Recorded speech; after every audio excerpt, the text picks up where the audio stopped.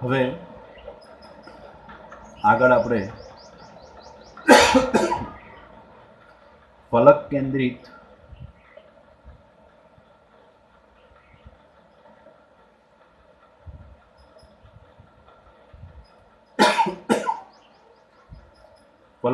ને આપણે એફસીસી કહી શકીએ અથવા તમને સીસીપી કે એચસીપી એમાં જો સંવૃત્ત સંકુલન રચના પૂછે, સંકુલન ક્ષમતા પૂછે, સંકુલન ક્ષમતા કહીશું ખાલી આપણે. તો ફલક કેન્દ્રિતમાં સંકુલન ક્ષમતા તમને જો પૂછે તો એના માટે હવે આપણે જોઈશું કે એમાં શું કરવાનું હોય. તો સૌથી પહેલાં તો ફલક કેન્દ્રિત કોને કહેવાય, તો એનો એકમ કોષ આપણે દોરવો પડે. તો સૌથી પહેલાં એકમ કોષ દોરીશું. ફલક કેન્દ્રિત કોને કહેવાય, તો બાળકો તમને એટલી ખબર છે કે ભાઈ ફલક કેન્દ્રિત એટલે 8 ખૂણા ઉપર 8 પરમાણુ ગોઠવાયેલા હોય અને એ સિવાય દરેક ફલકની મધ્યમાં એક એક પરમાણુ ગોઠવાયેલો હોય તો એને ફલક કેન્દ્રિત કહેવામાં આવે છે. 8 ખૂણા ઉપર 8 અને દરેક ફલકની મધ્યમાં આ બધી ફલકો છે. આ એક ફલક, આ બીજી ફલક, ત્રીજી ફલક, ચોથી, પાંચમી, આ ફલકો છે. હવે અહીંયા આપણે સમજવા માટે એક આ ફલક લઈશું. ખાલી અહીંયા નામ આપી દઉં. આનું નામ એ, અહીંયા આવશે બી, સી અને અહીંયા આવશે ડી. હવે આ ABCDની અંદર સૌથી પહેલાં એક ખૂણા ઉપર ધારો કે આપણે બધા પરમાણુ લઈએ, જે જરૂર છે એટલા લઈશું. તો ધારો કે આપણે એ ઉપર એક પરમાણુ ગોઠવાયેલો છે, પછી ધારો કે અહીંયા એક બીજો પરમાણુ સી ઉપર ગોઠવાયેલો છે અને એક બીજો પરમાણુ આ ફલકની મધ્યમાં, ABCD ફલકની મધ્યમાં ગોઠવાયેલો છે, એવું આપણે લઈ લઈશું. તો અહીંયા શું થશે, એક પરમાણુ એક ખૂણા ઉપર, એક પરમાણુ સી ખૂણા ઉપર, એક ફલકની મધ્યમાં. તો આ રીતે એક આખી લાઈન બનશે AC. બરાબર છે. તો આ રીતે આપણે એમ કહી શકીએ કે ભાઈ આ ફલકનો આ વિકર્ણ કહી શકાય. આ જે દોર્યો આપણે AC અને ફલકનું શું કહેવાય, વિકર્ણ કહી શકાય. હવે આપણે અહીંયા સૌથી પહેલાં તો આ FCC છે. FCCમાં સૌથી પહેલાં પરમાણુઓની સંખ્યા, બરાબર. તો અહીંયા લખીશું આપણે કે ફલક કેન્દ્રિતમાં એકમ કોષમાં પરમાણુની સંખ્યા, તો લખીશું FCC. એકમ કોષમાં પરમાણુની સંખ્યા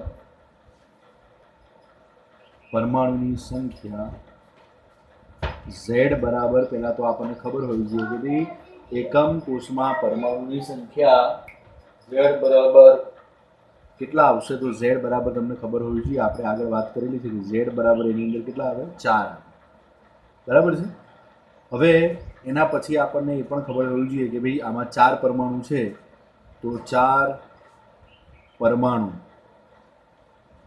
પરમાણુ એટલે આપણે એમ શું લઈએ છીએ, ગોળા લઈએ છીએ. 4 પરમાણુનું કુલ કદ. હવે એક ગોળાનું કુલ કદ એટલે ઘનફળ લઈએ છીએ આપણે. એક ગોળા માટે શું લેતા હતા, 4/3 પાઈ r ક્યુબ. અહીંયા આપણા જોડે 4 પરમાણુ છે, તો 4/3 પાઈ r ક્યુબ એ આપણા 4 પરમાણુનું કદ થઈ જશે. હવે આપણે આગળ એકમ કોષનું કદ શોધવાનું છે. તો એકમ કોષનું કદ શોધવા માટે અહીંયા આપણું કંઈક નવું કરવું પડશે. તો આપણે જોઈશું અહીંયા કે આપણે અહીંયા શું કરવું પડશે અને શું કઈ રીતનું થશે એ થોડું ધ્યાન રાખજો તો તમને ખ્યાલ આવશે. હવે અહીંયા આપણે સૌથી પહેલાં તો ત્રિકોણ લેવો પડશે. અહીંયા આપણે ત્રિકોણની એક રચના કરવી પડશે અને ત્રિકોણની અંદર, બરાબર છે, અલગ અલગ આપણે જોવું પડશે કે ભાઈ અહીંયા શું થશે અને શું નહીં થાય. બરાબર. તો અહીંયા જુઓ, હું આ AC લઉં છું. એ AC બરાબર આ આખા AC બરાબર આપણે એક ધારી લઈએ કે AC બરાબર આપણે ધારી લઈએ કે ભાઈ ACનું માપ જે છે એ B છે. ધારોની લંબાઈ તો તમને ખબર જ છે, A અને A જ હોય. ધારોની લંબાઈ A જ હોય. અહીંયા આપણે ખાલી વાત કરી કે ભાઈ AC બરાબર B લેવાનું છે. બરાબર. હવે આપણે પાયથાગોરસનો પ્રમેય ઉપયોગ કરીએ તો અહીંયા ત્રિકોણ તમને દેખાય છે કે ત્રિકોણ ADC. અહીંયા આ કાટખૂણો બનવાનો એટલે ત્રિકોણ, કયા ત્રિકોણમાં, ત્રિકોણ ADCમાં. જો આવું થશે, વિકર્ણ એટલે AC² બરાબર થશે AD² પ્લસ CD². હવે AC બરાબર આપણે શું ધારેલું છે, AC બરાબર આપણે ધારી લીધું છે B અને ધારની લંબાઈ તો A એટલે AD બરાબર પણ એ આવશે અને CD બરાબર પણ એ જ આવશે. તો અહીંયા એસી સ્ક્વેર જે છે એસી સ્ક્વેરની જગ્યાએ આપણે શું લઈશું બી સ્ક્વેર, એડી સ્ક્વેર એટલે એ સ્ક્વેર પ્લસ એ સ્ક્વેર, તો અહીંયા આવશે બી સ્ક્વેર બરાબર શું આવશે 2a સ્ક્વેર, બરાબર. તો મારે બી સ્ક્વેર બરાબર 2a સ્ક્વેર, તો બી બરાબર લખવું હોય તો શું લખાય, બરાબર √2 અને બહાર શું આવશે એ આવશે, બરાબર. તો બી બરાબર √2 અને બહાર શું આવશે એ આવશે. ફરીથી એકવાર એફસીસી એકમ કોષમાં પરમાણુની સંખ્યા ઝેડ બરાબર 4 આવે, 4 પરમાણુઓનું કુલ કદ થાય 4 × 4/3 પાઈ આર ક્યુબ. ત્રિકોણ એડીસી કાટકોણ ત્રિકોણ છે એટલે એસી સ્ક્વેર બરાબર એડી સ્ક્વેર પ્લસ સીડી સ્ક્વેર. એડી અને સીડી બે ધારો છે એટલે માપ આપણને ખબર જ છે, ધારોનું માપ શું લઈએ છીએ એ અને એ, પણ એસી બરાબર આપણે શું ધારી લીધેલું છે બી ધારી લીધો છે. તો અહીંયા એસી બરાબર બી એટલે બી સ્ક્વેર બરાબર એ સ્ક્વેર પછી તો બી સ્ક્વેર બરાબર 2a સ્ક્વેર, બી બરાબર √2a, બરાબર. હવે બીજી એક વસ્તુ અહીંયા ધ્યાન રાખવાની છે, એ ધ્યાન રાખીએ હવે શું થવાનું છે ધ્યાન આપજો, બરાબર છે. આકૃતિમાં જોજો, બીની અંદર તમે જુઓ તો એસી બરાબર બી છે, તો બીની અંદર તમે જુઓ કેટલી વસ્તુ આવે છે. આ અડધો ગોળો આવ્યો, અડધો ગોળો એટલે ત્રિજ્યાની આર આવે, આ અડધો ગોળો એટલે એની ત્રિજ્યા આર, એટલે એક આર અહીંયા આવશે, બીજો આર અહીંયા આવશે, અને આ આખો ગોળો આવે છે. આખા ગોળાની અંદર આર કેટલા આવે, આનો એક આર એનો એક આર, એટલે ટોટલ અહીંયા આર ગણીએ તો 1 2 3 અને આ ચોથો આર, 4 આર આવે. તો અહીંયા આપણે એવું લખી શકીએ કે અહીંયા એસી બરાબર બી બરાબર કેટલા આર થાય 4 આર થાય, તો બી બરાબર 4 આર થાય.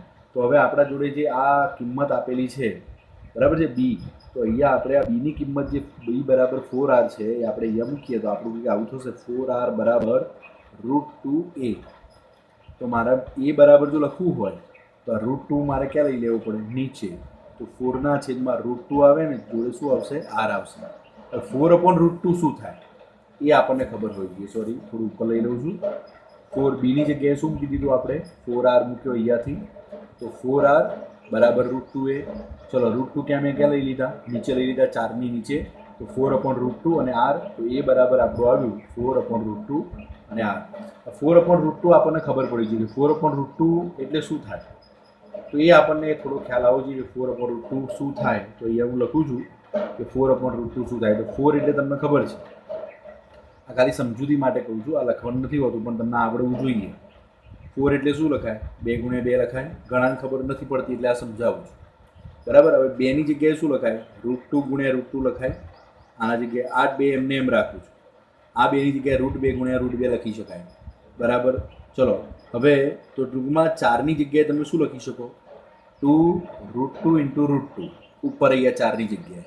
હવે 2 × √2 અને √2 લખીએ, બરાબર છે. તો ઉપર નીચે એક √2 ઉડી જાય, હું અહીંયા લખું સમજૂતી માટે ખાલી કે ભાઈ અહીંયા આવી રીતે લખી શકાય 4ની જગ્યાએ 2 × √2 × √2 યા √2 ઉડી ગયું, શું વધ્યું 2 × √2. હા, તો એ બરાબર અહીંયા જવાબ આવશે 2 × √2r. તો અહીં સુધી તમને પહેલાં ગણતરીની આમાં ખબર પડવી જોઈએ. જો અહીં સુધીની ગણતરી તમને ખબર પડી ગઈ પહેલાં, બરાબર. અહીંયા બી બરાબર 4r થાય એ પણ મેં તમને સમજાવ્યું આકૃતિમાંથી. બીની જગ્યાએ આપણે 4r મૂક્યો, આ √2 ક્યાં લઈ લીધા 4ની નીચે એટલે 4/√2 આવ્યા. આ 4 બરાબર કઈ રીતે આ થાય એ મેં શીખવાડ્યું. 4ની જગ્યાએ આ મૂક્યા √2 ઉડી ગયું, તો શું વધ્યું 2 × √2, બરાબર. તો અહીંયા એ બરાબર વધ્યું 2 × √2 અને આર એમનો એમ. હવે આપણે આગળના જે પ્રશ્ન છે એની અંદર આપણે જોયેલું કે ભાઈ સમઘનીય એકમ કોષ હોય તો એનું કદ કેટલું થાય, તો મેં તમને આગળ એ સમજાયેલું છે આગળના પ્રશ્નમાં.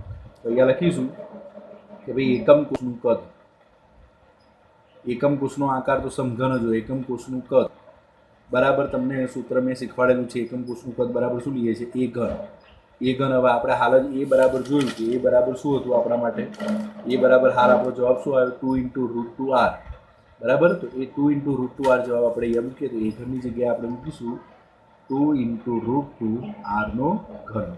તો આપણે એકમ કોષનું કદ આ રીતે તમારે લેવું પડે, બરાબર છે. હવે આપણે આગળના પ્રશ્નમાં સંકુલન ક્ષમતાનું સૂત્રમાં આપણે જોયેલું. તો સંકુલન ક્ષમતા બરાબર, ચલો અહીંયા પરમાણુઓ કેટલા છે 4, તો લખીશું 4 પરમાણુનું કદ છેદમાં કોનું કદ આવે એકમ કોષનું કદ અને ગુણ્યા ટકા શોધીએ છીએ એટલે 100 આવે. 4 પરમાણુનું કદ આપણે હમણાં જ આપણે વાત કરી કે 4 પરમાણુનું કદ બરાબર 4 × 4/3 પાઈ આર ક્યુબ આવે, બરાબર છે. નીચે એકમ કોષનું કદ આવશે, એકમ કોષનું કદ આ રહ્યું 2 × આ 4 પરમાણુનું કદ આપણે હમણાં આગળ લખ્યું તમને ખબર હોય, બરાબર છે કે ભાઈ 4 પરમાણુનું કદ જે છે એ કેટલું આવે તો 4 પરમાણુનું કદ બરાબર 4 × 3 πr³ આવે બરાબર છે। અને એકમ કોષનું કદ આપણે હાલ જ જોયું અહીંયા એકમ કોષનું કદ જે છે એ કેટલું આવે તો એકમ કોષનું કદ બરાબર a ઘન 2 × √2 r3 તો અહીંયા લખીશું 2 × √2 r3 ગુણ્યા કેટલા 100। આની ગણતરી કરવાની કોઈ જરૂર નથી, આ તમારે ઓલરેડી યાદ રાખવું જ પડે બરાબર। છતાં થોડી ઘણી ગણતરી કરવી હોય તો કરી શકાય, એવું કશું નહીં। 4 × 4 16 થાય, 16/3 બરાબર છે, જોડે લખી દો πr³ બરાબર છે। એના પછી ગુણ્યા 100 તો ખરા જ, નીચે 2નો ઘન કરો તો 2નો ઘન કેટલો થાય 2 × 2 = 4 × 8।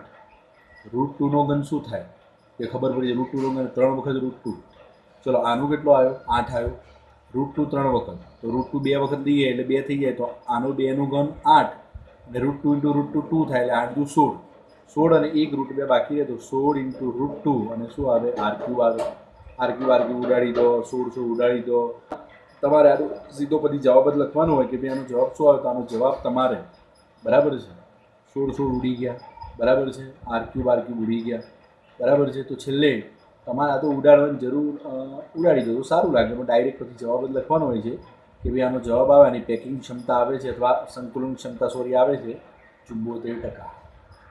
74% પેકિંગ ક્ષમતા અથવા સંકુલન ક્ષમતા છે એનો મતલબ શું, તો સંકુલન ક્ષમતા 74 છે એનો મતલબ એ 74% ભાગ રોકી લે છે। હવે તમને એવું પૂછે કે એફસીસીમાં ખાલી જગ્યા કેટલી રહે, તમને એમ પૂછે કે એફસીસીમાં ખાલી જગ્યા કેટલી હોય, અવકાશ કેટલો હોય, તો ખાલી જગ્યા શોધવી શું કરવાનું, કોઈની પણ આ બધા એકમ કોષમાં ખાલી જગ્યા જો શોધવાની કે તો તમારે આ જ કરવાનું છે 100 - શું કરવાનું 74, 100 - 74 કરો તો તમારો જવાબ શું આવવાનું 26%। તો જો તમને સંકુલન ક્ષમતા પૂછે એફસીસીની તો 74% આવે, પણ એફસીસીમાં તમને ખાલી જગ્યા પૂછે તો તમારે શું લખવું પડે 26%। ટૂંકમાં કોઈની પણ ખાલી જગ્યા કેટલી છે એ શોધવી હોય તેની સંકુલન ક્ષમતાને 100માંથી શું કરી નાખવાની માઇનસ કરી દેવાની, એટલે તમને પછી એની સંકુલન ક્ષમતા મળી જશે। તો આ રીતે બરાબર છે, આ રીતે આ એફસીસીમાં આપણે સંકુલન ક્ષમતા શોધવી પડે। ફરીથી ફલક કેન્દ્રિત એટલે ખૂણા ઉપર અને ફલકની મધ્યમાં ગોઠવાય।